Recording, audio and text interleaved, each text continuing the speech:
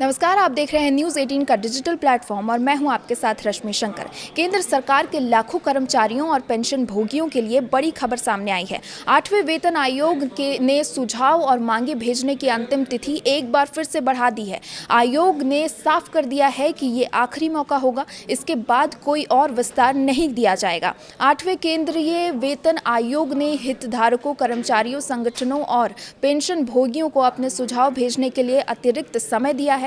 आयोग के ताज़ा आदेश के मुताबिक अब ज्ञापन जमा करने की अंतिम तारीख 15 जून 2026 तय कर दी गई है। इससे पहले ये समय सीमा 31 मई 2026 तय की गई थी।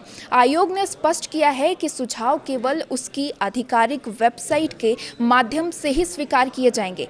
हार्ड कॉपी, ईमेल या पीडीएफ के जरिए भेजे गए ज्ञापनों पर विचार नहीं किया जाएगा। आयोग का कहना है कि 15 जून के बाद किसी भी तरह का विस्तार नहीं दिया जाएगा। 8वें वेतन आयोग का गठन नवंबर 2025 में किया गया था और उसे अपनी रिपोर्ट तैयार करने के लिए 18 महीने का समय मिला है। अनुमान है कि आयोग अपनी सिफारिशें साल 2027 के मध्य तक सरकार को सौंप सकता है।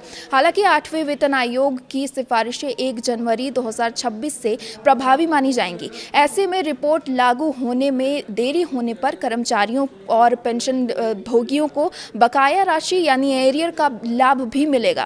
उदाहरण के तौर पर यदि आयोग की सिफारिशें 2028 में लागू होती हैं तो 1 जनवरी 2026 से लागू होने की अवधि का एरियर कर्मचारियों को दिया जा सकता है। फिलहाल केंद्र सरकार के कर्मचारी और पेंशन भोगियों 8वें वेतन आयोग के सिफारिशों और वेतन बढ़ोतरी के अंतिम फैसले का इंतजार कर रहे हैं, तो वहीं 8वें वेतन आयोग को लेकर सरकारी कर्मचारियों के बीच उत्सुकता लगातार बढ़ती जा रही है।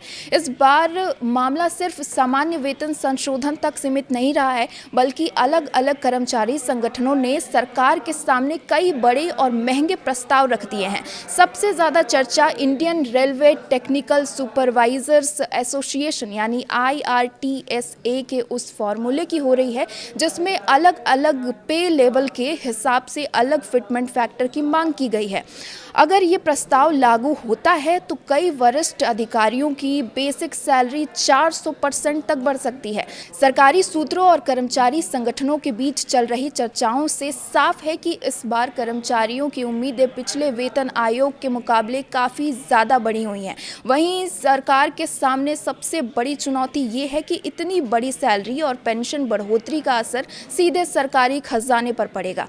यही वजह है कि आयोग के भीतर अब संतुलित फॉर्मूले पर भी चर्चा तेज हो गई है। आपके इस पर क्या विचार है, हमें कमेंट बॉक्स में ज़रूर बताएं। फिलहाल इस वीडियो में आज के लिए बस इतना ही।